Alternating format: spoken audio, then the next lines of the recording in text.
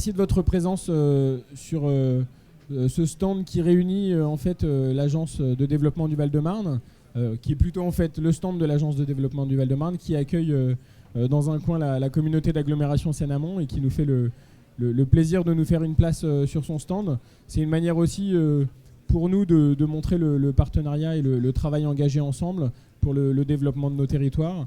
Et donc je remercie l'agence et je salue sa présidente, enfin directrice, Madame Rodrigue, qui nous accueille aujourd'hui. Alors je me présente, Romain Marchand, je suis le premier vice-président de la communauté d'agglomération Seine-Amont.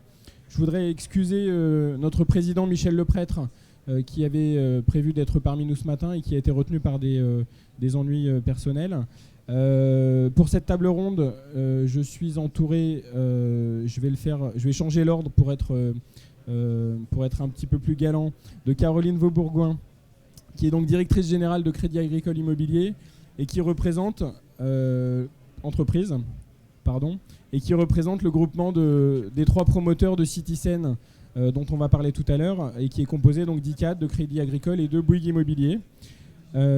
Jean-Pierre Nourisson, qui est le directeur général de la SADEF 94, qui est l'aménageur public du département du Val-de-Marne, et Bruno Fortier, que je ne présente pas, qui est un architecte que je pense tout le monde connaît, urbaniste coordonnateur de la ZAC Ivry-Confluence, et qui est Grand Prix de l'urbanisme 2002. Alors, un petit mot peut-être pour démarrer, et puis ensuite je laisserai la parole à mes collègues. Un petit mot sur la communauté d'agglomération et notre territoire de la Seine-Amont, et puis ensuite peut-être plus spécifiquement un focus sur Ivry. Notre territoire donc, est composé d'Ivry, Vitry et Choisy. C'est un territoire qui est populaire et qui est marqué par la présence d'un tissu industriel dense. Il a une situation géographique privilégiée puisqu'il est en proximité immédiate de Paris et de ses développements, et une desserte en transport en commun qui est déjà bonne et qui va s'améliorer, puisque vous savez qu'il y a des projets de transport structurants qui sont prévus sur ces territoires. Il a déjà un tissu économique très existant, 11 200 entreprises, près de 72 000 emplois, 50 000 étudiants, et donc une attractivité qui est indéniable. Et on le disait tout à l'heure, l'un des secteurs de développement les plus stratégiques et les plus importants dans le futur de la métropole. Et donc son poids socio-économique et tous ses atouts lui permettent de s'affirmer comme un territoire stratégique, mais aussi de rééquilibrage de la métropole. On parle beaucoup de dire qu'il faut rééquilibrer cette métropole et réinstaller des activités et des emplois à l'est, et arrêter d'y concentrer le résidentiel pour faire les activités à l'ouest. Je crois que la Seine-Amont est un territoire qui peut véritablement participer à ce rééquilibrage. Et c'est pour ça que dans nos projets d'aménagement, comme on entend participer à ce rééquilibrage, tout projet d'aménagement confondu sur l'ensemble du secteur de Seine-Amont, près de 40% de la programmation est dédiée à l'activité économique. Donc c'est un parti pris, je pense, assez important, qu'on ne retrouve pas dans l'ensemble des opérations d'aménagement de la région francilienne, et qui fait de notre territoire un territoire tout à fait stratégique. Dans la perspective de maîtriser ce développement économique, on s'est doté d'une stratégie de développement économique à l'échelle de la Seine-Amont, qui a été présentée ce matin par Patrice Diguet, notre vice-président en charge du développement économique. Donc je n'y reviens pas, mais simplement pour dire qu'au-delà de prévoir les mètres carrés dans les opérations d'aménagement, on essaye de penser aussi le devenir de ce territoire en termes de filières, en termes de domaines d'activité stratégiques, de façon à pouvoir guider et être stratège dans le développement économique de notre territoire. L'un des enjeux majeurs de notre territoire est de réussir à transformer ces potentialités qu'on a explorées en réalité dans les projets. Il y a tout un tas d'acteurs locaux sur lesquels on s'appuie pour cela, des entreprises, des réseaux d'entreprises, Matériopôle, Défi Mécatronique, le cluster Au Milieu Sol, la Silver Valley, on y reviendra sans doute tout à l'heure, mais aussi des pôles de compétitivité comme Elastopôle, Medicen et Advent City, des aménageurs, dont l'un est représenté autour de notre table, et puis tout un tas d'acteurs de l'emploi, de l'insertion et la formation qu'on essaye de mettre en réseau et en synergie autour d'une démarche de campus urbain. À travers cette ces axes stratégiques de développement, notre volonté est d'anticiper sur les futurs développements, les créations d'emplois qui seront faites à l'avenir, les qualifications qui seront nécessaires pour faire face aux défis de demain, et faire en sorte que dans chacun de ces 4 domaines d'activité stratégique, donc vous les avez sur l'écran qui s'affiche, on puisse développer un territoire interfilière, un territoire intelligent qui mêle le développement dans chaque domaine, le développement économique, la formation et la recherche publique quand c'est nécessaire. Au total, sur le territoire de la Seine-Amont, c'est 5 millions de mètres carrés en projet qui sont prévus, dont 2 millions qui sont dédiés à l'activité économique. Donc, vous voyez, je vous disais tout à l'heure, un potentiel extrêmement important et sans doute unique en Île-de-France, qui nous permet de penser les projets dans une véritable complémentarité entre logement, activité économique, services et équipements publics et puis projets de transport. Et dans chacune des 6 grandes opérations d'aménagement de notre territoire, je vais toutes les citer parce qu'elles sont toutes importantes. Ivry-Confluence, Seine-Gare à Vitry et puis la ZAC des Grandes Ardoines, la ZAC Rouget de Lille, la ZAC Cherriou et la ZAC du Port à Choisy. Dans chacun de ces projets, il y a une programmation d'activité économique qui n'est pas la portion congrue, mais qui est un véritable défi et qui montre bien notre volonté de faire de ce territoire un futur secteur stratégique dans le développement économique. Un mot sur Ivry-Confluence. Alors, vous l'avez compris, l'absence de Michel fait que je joue le rôle à la fois de vice-président au projet de territoire et puis adjoint en charge de l'aménagement à Ivry. Donc maintenant, je vais dire un petit mot d'Ivry-Confluence. Dans Ivry-Confluence, c'est l'un de ces 6 grands projets. Évidemment, la programmation n'échappe pas à cette ambition. C'est 50% d'activité économique et 50% de logement.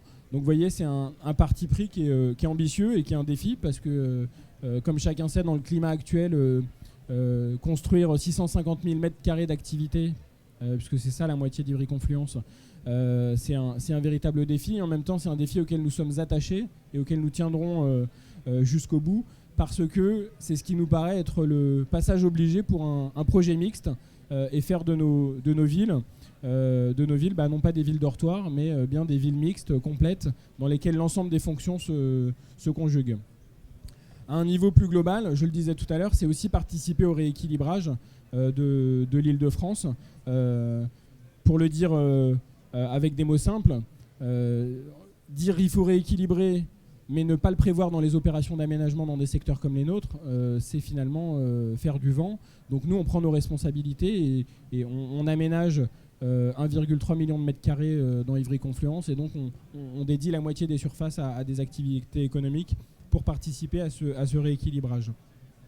C'est aussi essentiel pour nos populations parce que on ne souhaite pas qu'elles soient condamnées à se lever le matin à 5 heures pour aller travailler à la Défense, mais on souhaite aussi que les emplois puissent être dans nos territoires et comme ça raccourcir les temps de travail entre le domicile et l'entreprise, permettre des développements pour nos populations et en particulier nos jeunes, et rendre notre ville plus mixte et plus diverse. Ces projets et cette ambition économique ne sont possibles que s'il y a un travail important qui est fait sur le foncier, et on y reviendra peut-être tout à l'heure, mais à Ivry, ça fait une trentaine d'années, donc bien avant même que j'entre en responsabilité dans ma collectivité, une trentaine d'années qu'un travail de veille foncière est fait par la municipalité et qui a permis aujourd'hui qu'on dispose de terrains tout à fait importants dans le secteur d'Ivry-Confluence, qui sont aujourd'hui la majeure partie de développement de ce secteur et le point d'appui principal pour pouvoir y faire du développement économique. Et donc l'un de ces secteurs dont on va parler tout à l'heure, c'est le secteur des anciens entrepôts du BHV, qui va donc accueillir le premier îlot tertiaire de la ZAC, et qui est tout à fait stratégique de ce point de vue-là. Il n'est pas le seul, puisqu'au-delà de cet îlot tertiaire, de nombreux projets d'activités économiques non tertiaires sont prévus. Et moi, j'y tiens beaucoup parce que l'activité économique aujourd'hui se résume souvent à des bureaux. Et je crois que dans nos territoires, on a besoin d'avoir des activités économiques qui soient entre guillemets productives, sans dire que ceux qui sont dans les bureaux ne sont pas productifs, mais voilà, des activités au aux métiers plus différents, au niveau de qualification plus varié, des emplois aussi souvent moins délocalisables que ne le sont les emplois tertiaires. On sait qu'un conseil d'administration peut décider du jour au lendemain de déplacer un siège social, ça se fait assez régulièrement, et puis un jour on gagne, un jour on perd. Des emplois véritablement ancrés dans le territoire, des PME, des PMI, on estime que c'est absolument nécessaire, et pour nos populations, et pour la qualité de vie dans nos villes. Voilà, donc je ne serai pas plus long sur Ivry-Confluence. On a là 3 acteurs qui, d'une manière très importante, et chacun à sa place évidemment, participent au développement de ce territoire. Et donc je vais donner la parole en premier à Monsieur Fortier, l'honneur à l'architecte, pour qu'il puisse nous dire, de son point de vue d'architecte, une fois qu'on a posé cette ambition de mixité et de développement économique, comment on fait finalement dans la programmation, dans les formes urbaines, pour réussir à conjuguer dans une ville l'activité économique et le logement.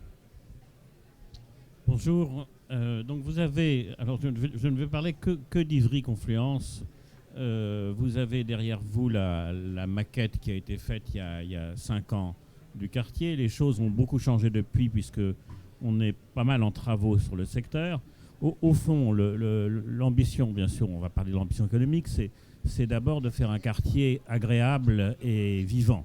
Alors c'est déjà le cas à Ivry, c'est une chance.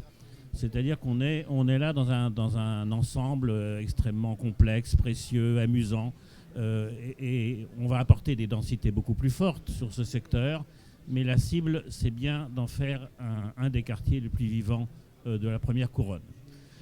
Il y a trois enjeux complémentaires. Un enjeu de liaison et de déplacement de Paris vers Ivry. Vous savez que les choses avancent beaucoup. Vous avez vu les déplacements du périphérique actuellement et les franchissements qui vont se faire sous le périphérique. Il y a un autre enjeu d'Ivry à Ivry, puisque le projet d'Ivry-Confluence prévoit un second franchissement très important au-dessus des voies ferrées. Et puis, bien entendu, avec le TCSP qui vient de Bibliothèque de France, d'Ivry, enfin de Paris à Ivry, à Vitry est choisi. Donc, tous ces éléments, on les a bien en tête. Ici ajoute le prolongement du métro T10, alors qui n'est pas un vain mot, puisque le projet d'Ivry-Confluence prévoit déjà les emprises d'émergence des stations dans le site d'Ivry. C'est-à-dire qu'on est très très soucieux de ne pas louper cette chance à laquelle le maire d'Ivry et la maire de Paris sont très attachés. Donc voilà, premier enjeu, c'est vraiment cet enjeu de liaison, et je pense que ça va assez vite actuellement. Le TCSP notamment a une ouverture très prochaine. Vous le voyez quand vous venez de Bibliothèque de France, tout est en travaux. Le Val-de-Marne fait les travaux actuellement. On va les prolonger sur Ivry dans les 6 mois qui viennent. Deuxième élément, on est dans un tissu industriel de faubourg avec des bâtiments amusants, très précieux, etc., très éclectiques à Ivry. On va apporter des échelles différentes sur ce secteur. Le souci, c'est de marier ces 2 échelles. Au centre d'Ivry-Confluence, dans tout ce secteur, notamment des 2 places, Gambetta et Insurrection, on va être très attentif à ne pas écraser des tissus existants qui ont une autre échelle, etc. Donc ce problème de la double échelle, de la double articulation de tissus anciens et d'ailleurs habités et de tissus nouveaux, c'est ce qu'on a en tête. Et puis il y a au fond la substance du projet qu'on est en train de faire, c'est qu'on avait une double barrière entre Ivry et la Seine, celle des automobiles et celle de grands sites industriels, très, très respectables. On avait Total, BHV, etc. Et au fond, on n'allait pas vers la Seine. L'idée du projet, c'est bien de retourner Ivry vers la Seine. Et c'est là qu'apparaissent 3-4 grands projets qui sont en cours. Alors j'ai pas de pointeur, celui que vous voyez ici en bas, celui-ci est sur les actuels terrains Total. Ce sont des architectes hollandais qui l'ont élaboré, avec comme ambition d'avoir en socle, avec Saint-Gobain, une plaque d'activité extrêmement importante sur double niveau, et de chercher des vues sur la Seine par un système d'émergence. On verra que Nicolas Michelin à côté a pris un autre parti, mais c'est le MVRDV, Winnie Mass a trouvé le nom assez amusant de Montivry pour ce projet, qui est actuellement en étude.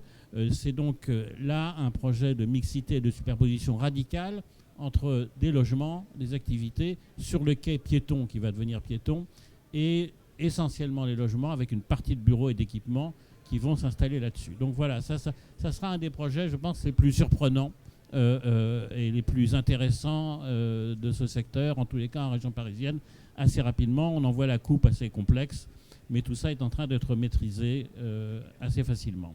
Donc ce projet est à l'étude. Deuxième projet, immédiatement adjacent à celui-là, on est toujours sur les terrains Total. C'est plutôt un projet de logement, celui-ci. Il n'y a pas de part de bureau qui soit prévue dedans. Mais on a, avec un jardin qui va être au centre de cet îlot et qui ouvre sur les quais piétons de la Seine, on a un système où les vues ne sont pas recherchées par des émergences verticales comme dans le projet de MVRDV que vous venez voir, mais par un système de terrasse. Donc on va avoir là une espèce de système très très étagé, de très grandes terrasses s'ouvrant sur la Seine. Ce projet, lui aussi, est à l'étude, un peu moins poussé actuellement, mais il va très vite entrer en phase d'avant-projet. Donc c'est le deuxième secteur. Vous voyez qu'on a là des objets assez extraordinaires qui vont se développer sur la partie piétonne des quais et immédiatement desservis par le TSP qui est derrière. Et puis, troisième projet qui, lui, est beaucoup plus avancé, c'est celui dont on a parlé. C'est une part d'un très grand secteur qui, lui, est moins logement qu'activité, c'est bureaux pratiquement uniquement bureaux à cet endroit-là, avec tout de même des équipements dans une halle béton très très belle qui est conservée à cet endroit-là. Ça, c'est le projet de François Leclerc, qui, je pense, est le premier qui va partir dans les mois qui viennent. Alors, je ne me souviens plus du nombre de mètres carrés de bureaux, ça doit être 30 sur celui-là. Voilà. Bien, donc ça n'est pas une paille, 30 000 sur celui-là, plus 70 environ, 60-70 sur le reste. Donc on a là, bon, on n'a pas l'ensemble des projets de la Seine, mais vous voyez que cette idée de rechercher les vues sur la Seine, d'en faire un espace piéton, d'en faire une adresse économique et d'imaginer des projets qui, avec des jardins, s'ouvrent très largement sur la Seine, ça va complètement transformer le paysage de ce site. J'imagine d'ici 5 ans. Voilà, d'ici 5 ans, on verra les choses apparaître. Voilà ce que je peux dire sur... Non, je suis trop optimiste ? Non, pessimiste. Je suis trop pessimiste. Bon, alors, donc, je laisse Jean-Pierre Nourrisson vous donner les dates précises. Je parlais de livraison, hein, je ne parlais pas de démarrage. J'avais pas compris que c'était pour négocier les dates de livraison, moi. J'étais venue pas pour ça, mais... alors moi je suis Caroline Vaubourgoin, je représente les trois promoteurs Bouygues Immobilier, I4 Promotion et Crédit Agricole Immobilier Entreprise qui avons la chance de pouvoir réaliser le quartier City Seine qui est un gros pôle tertiaire de plus de 100 000 mètres carrés et qui est un projet très important sur Ivry, dans les purs du développement économique de la ville. Dont vous parliez tout à l'heure. Ce projet de bureau, il est essentiel, il est primordial par sa taille. Il est particulièrement exceptionnel parce que même si Ivry n'a pas pour l'instant une réputation d'activité tertiaire, son positionnement, sa localisation géographique dans la continuité naturelle de Paris-Rive Gauche, le tout appuyé dans une démarche politique forte de rééquilibrage entre l'ouest parisien et l'est parisien, réappuyé par le SDRIF, réappuyé par l'ensemble des élus, font que ce secteur est tout naturellement le futur secteur tertiaire d'avenir porteur francilien.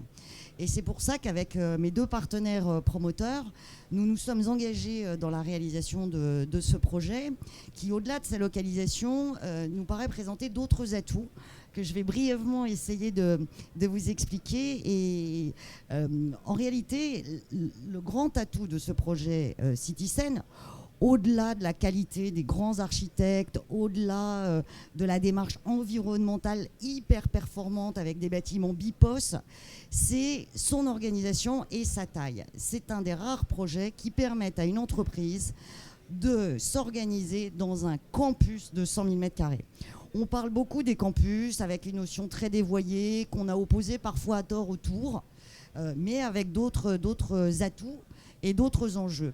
Et pour nous, on trouve que cette idée de campus qui peut permettre à une entreprise de plusieurs milliers de collaborateurs de regrouper toutes ces entités autour d'un projet d'entreprise, en lui donnant un outil de production et un lieu de travail organisé par plusieurs bâtiments, mais dans une cohérence architecturale, dans une homogénéité de plan masse et de fonctionnement, ça nous semble être un vrai atout, parce qu'il faut du foncier pour pouvoir offrir un tel campus. 100 000 m², ça suppose quand même une grande emprise au sol. Il y en a peu en Île-de-France, peu d'une quelle qualité. Et donc, c'est la raison pour laquelle nous croyons très très fort à ce projet campus.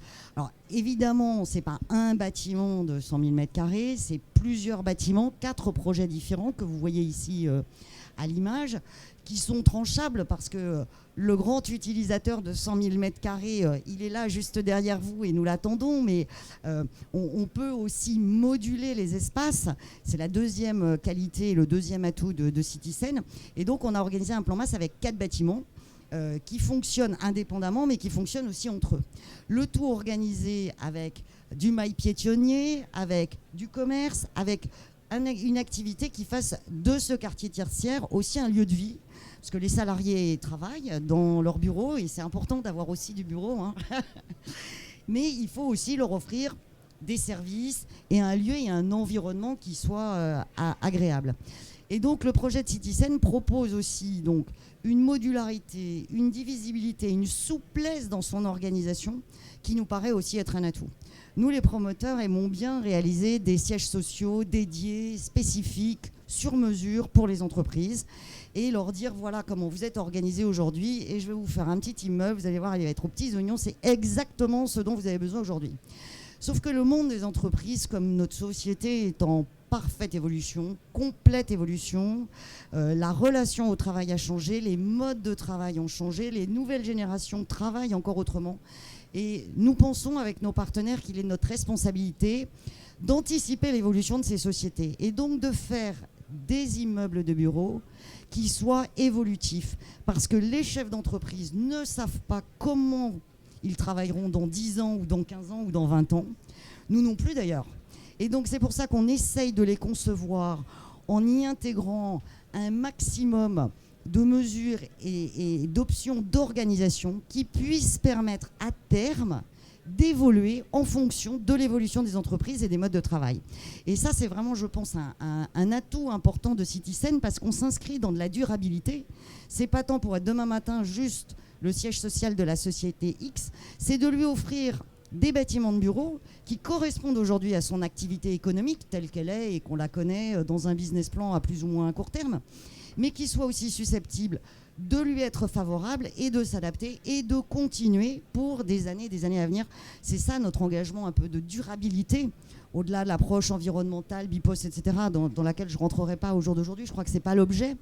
Mais je pense que c'est ça aussi qui concourt à la durabilité d'une activité économique, à la pérennité d'un quartier d'affaires et qui va lui donner voilà, un atout et un gage sur le long terme. Voilà, donc nous avons les permis de construire de ces très beaux projets et, voilà, et espérons démarrer très rapidement, Jean-Pierre.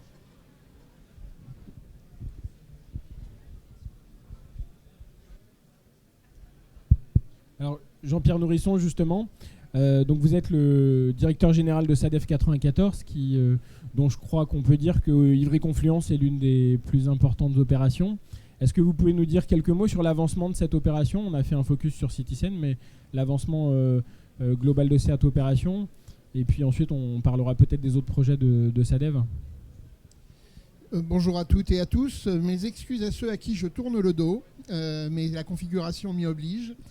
Donc effectivement, l'opération Ivry-Confluence, qui est, vous le savez tous, une des 2-3 plus grosses opérations d'aménagement de la future métropole du Grand Paris, représente à peu près près de la moitié du portefeuille de SADEV, qui aujourd'hui dans les contrats signés représente 2 millions de mètres carrés de surface de plancher à développer, dont 1 million sur Ivry-Confluence. Donc effectivement, cette opération, la mixité a été soulignée par Romain Marchand et par Bruno Fortier. Et le défi qui nous est posé à nous aménageurs, c'est non seulement de conduire une opération d'une grande mixité et avec beaucoup d'immobilier d'entreprise. Et vous savez comme moi que le marché de l'immobilier d'entreprise n'est pas depuis quelques années dans les meilleures conditions. Donc, mais néanmoins, je dirais c'est la grandeur de cette opération et c'est ce qui nous l'a fait aimer particulièrement à SADEV, c'est que là nous avons réellement l'impression de faire ce qui est le fondement de notre métier. J'ai coutume de dire que SADEV n'est pas là pour construire des bâtiments, SADEV est là pour construire de la ville, pour construire de la vie. Et cette opération est sans doute celle qui est à cet égard la plus exemplaire. Et le deuxième défi, c'est dans le déroulement de cette opération, qui vous vous en doutez compte tenu de son ampleur et d'une durée extrêmement importante, mais de ne pas dire nous réalisons la partie de programmation qui est aujourd'hui la plus recevable par le marché, mais c'est bien d'avancer d'un même pas le développement résidentiel et le développement économique de cette opération.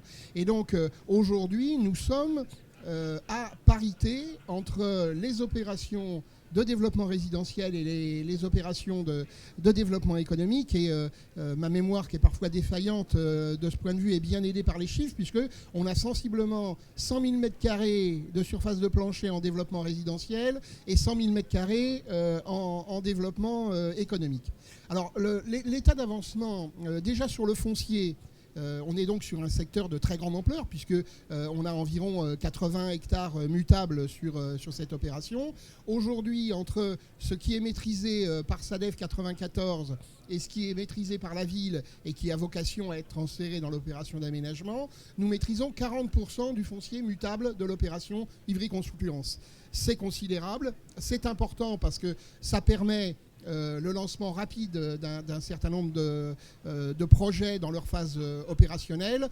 En même temps, permettez-moi de pleurer un peu, c'est une charge très lourde pour l'aménageur, ce portage foncier, mais je dirais ça fait partie de la règle du jeu. Et outre ces 40% de foncier, nous maîtrisons également une centaine de lots de copropriétés, puisqu'il y a énormément de petites copropriétés sur Ivry-Confluence. Il nous faut acquérir des lots au fur et à mesure de leur libération et parfois porter certains lots pendant des années en attendant que les autres lots puissent se libérer. Donc une maîtrise foncière aujourd'hui importante pour être en phase opérationnelle. Donc je vous l'ai dit, sur le résidentiel, nous avons environ 100 000 m² en cours de développement, 14 programmes qui sont en cours et qui, dans le cadre de la proportion de mixité sociale souhaitée par la ville concédante sur cette opération, nous avons aujourd'hui 48% de ces programmes en cours de réalisation qui concernent de l'accession à la propriété et 52% du logement locatif social. Environ au total, c'est 1390 logements qui devraient être livrés entre le début de l'opération, enfin le premier programme a été livré il y a quelques mois, et 2017. Et donc, vous le voyez, un enroulement extrêmement rapide de l'opération. Je viendrai tout à l'heure sur les programmes qui vont trouver une sortie opérationnelle dans les tout prochains mois. Dans le domaine de l'activité économique, nous avons 5 programmes qui sont en cours, qui représentent environ 10 000 m² de surface de plancher. Une qui est achevée, qui s'appelle la Halo Film, qui est une société de production cinématographique. Dans le bâtiment d'une ex-minoterie, un développement sur les métiers de l'image. Dans le programme du haut en scène, de l'activité productive en pied d'immeuble. Et ça, c'est un travail qui est aussi un travail complexe pour SADEV, c'est-à-dire les entreprises qui sont aujourd'hui implantées sur Ivry, de retrouver, si elles sont touchées par le projet, de retrouver une localisation de préférence sur le même territoire. Et donc, nous avons un programme d'accompagnement des entreprises, de sorte à bien identifier leurs besoins et de leur retrouver une offre. Et si l'activité permet un voisinage correct avec des programmes de résidentiel, de permettre donc le développement en pied d'immeuble résidentiel. Nous avons également un travail sur le grand site du BHV, outre les 100 000 m² qui ont été évoqués. Nous avons donc une ancienne halle qui était une halle de commercialisation notamment d'électroménager du BHV, qui est conservé, qui va être réhabilité et qui va être occupé par une entreprise dans l'événementiel. Dans le domaine tertiaire, donc, Caroline vient de vous en parler. Donc, nous avons ce grand îlot du BHV que nous avons en accord avec nos partenaires promoteurs tronçonné en deux tranches. Donc, la première de 30 000 m² qui devrait voir sa construction débuter dans l'année qui vient. Et ultérieurement, donc, un programme complémentaire de 70 000 m². Plus du commerce en pied d'immeuble, environ 6 000 m² de commerce doivent se développer sur ce site. Également, sur l'avancement de l'opération, outre les développements immobiliers, immobilier résidentiel ou d'activité, nous avons également un programme important d'équipement public, de superstructures. Aujourd'hui, nous avons livré à la rentrée scolaire dernière, un premier groupe scolaire pour la ville d'Ivry qui s'accompagne d'une résidence étudiante. Nous avons une crèche qui est actuellement en chantier. Nous avons un collège accompagné d'un gymnase que nous réalisons pour le compte du département. Alors, qui a quelques difficultés, puisque normalement il aurait dû être livré à la rentrée dernière lui aussi, et la découverte de pollution de dernière heure nous amène à devoir avoir des interventions supplémentaires et à différer la livraison de cet équipement. Et nous avons également en projet, là encore sur le site du BHV, un équipement sportif important d'environ 3000 m² qui notamment, pas exclusivement, mais notamment devrait permettre d'accueillir les matchs de l'équipe de handball de l'US Ivry, qui est, vous le savez peut-être, une équipe qui, sauf la saison dernière, est restée dans l'élite le plus longtemps de tout le championnat de handball. En matière d'équipement de superstructure, vous vous en doutez, pour livrer ces programmes nouveaux, nous avons également une intervention très importante sur les espaces extérieurs. Nous avons 17 hectares en première phase d'espaces extérieurs sur lesquels nous devons intervenir. Moitié des espaces requalifiés, moitié des espaces nouveaux créés. Et notamment, nous avons 8 hectares et demi d'espaces plantés nouveaux, entre 4 hectares de parcs et jardins, près de 2 hectares de squares et de faisceaux paysagers, et 2 hectares et demi de noues et de talus végétalisés qui vont venir donc donner à cette opération, qui est donc une opération de banlieue, donc avec un tissu très marqué jusqu'à présent par la minéralité, apporter de la végétation en cœur de projet, puisque bien évidemment l'excellence du projet urbain n'exclut pas, bien au contraire, d'apporter de la végétalisation, d'apporter des touches différentes de ce qu'est le paysage traditionnel de ces secteurs. Nous sommes également, avec des partenaires, en train de procéder au forage d'un puits de géothermie qui va aller chercher la source de chaleur à 1,5 km du niveau du sol, qui va permettre à ce que la totalité des constructions de l'opération Ivry Confluence et d'autres quartiers d'Ivry soient intégralement chauffés par le chauffage urbain géothermique. Peut-être Jean-Pierre, si tu as fini sur Ivry, est-ce que tu peux nous dire un petit mot des autres développements de SADEV ailleurs sur le secteur de Seine-Amont ?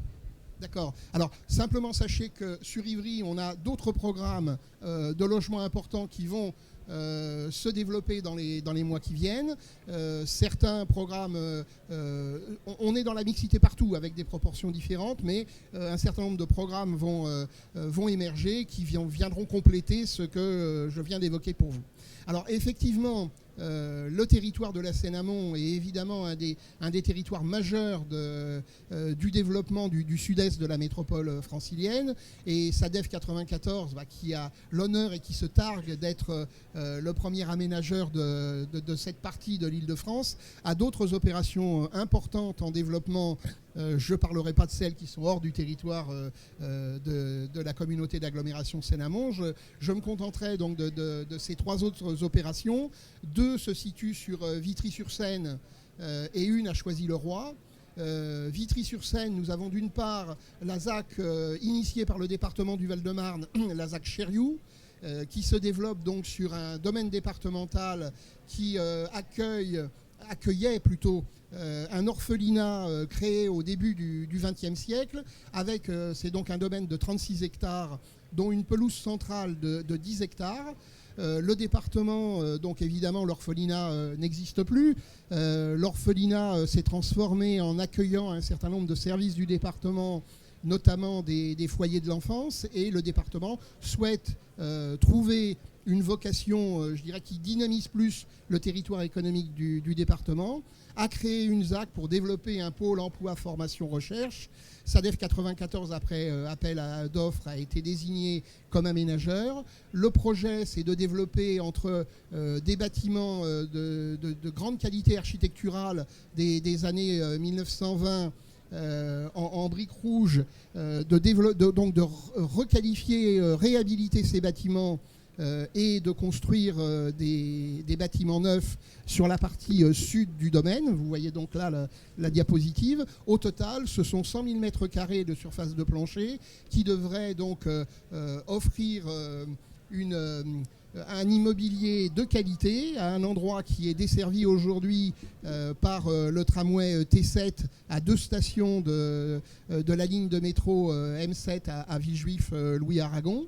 Donc d'ores et déjà, nous avons signé il y a une quinzaine de jours une première promesse de vente avec l'association Éco-Campus du bâtiment Grand Paris, qui est donc une association qui bénéficie du soutien du grand emprunt pour le développement et qui va donc développer autour des métiers du bâtiment dans l'optique donc des nouvelles pratiques économes en énergie et respectueuses de l'environnement. Et nous aurons donc 2 CFA, un centre de formation initiale et un lieu d'information sur les métiers de la construction. Donc, et nous sommes aujourd'hui en discussion avec une école d'ingénieurs qui est également intéressée pour s'implanter sur ce site. Voilà donc le premier site. Le second, je vais changer de ville pour revenir à Vitry après, il faut alterner. Donc Choisy-le-Roi, donc le quartier du port, qui est là encore un quartier mixte en bord de Seine, qui est magnifié par la Seine. La station du RERC donc, se trouve au nord de ce site, donc en toute proximité. Donc c'est un programme qui prévoyait de développer 830 logements, là encore en mixité sociale, et un grand programme tertiaire d'environ 100 000 m² d'activité au total, dont 70 000 de tertiaire. Aujourd'hui, donc, je vous l'ai dit, le programme de logement est réalisé dans sa totalité. Sont en train de se construire une résidence de tourisme, une résidence étudiante et également 2 programmes d'immobilier tertiaire pour environ 36 000 m² de surface de plancher, avec d'une part ICAD et avec d'autre part le groupe Pierreval. Donc il y a également un développement commercial, des équipements publics importants puisque nous avons construit une nouvelle médiathèque pour la ville de Choisy. Nous avons développé une crèche, un parc de stationnement public, évidemment de nombreuses voiries, mais aussi un nouveau franchissement des voies ferrées, le pont des Mariniers, qui permet une meilleure desserte de ce quartier. Donc des superficies de tertiaire sont encore disponibles. N'hésitez pas à nous en parler si vous avez des projets d'implantation.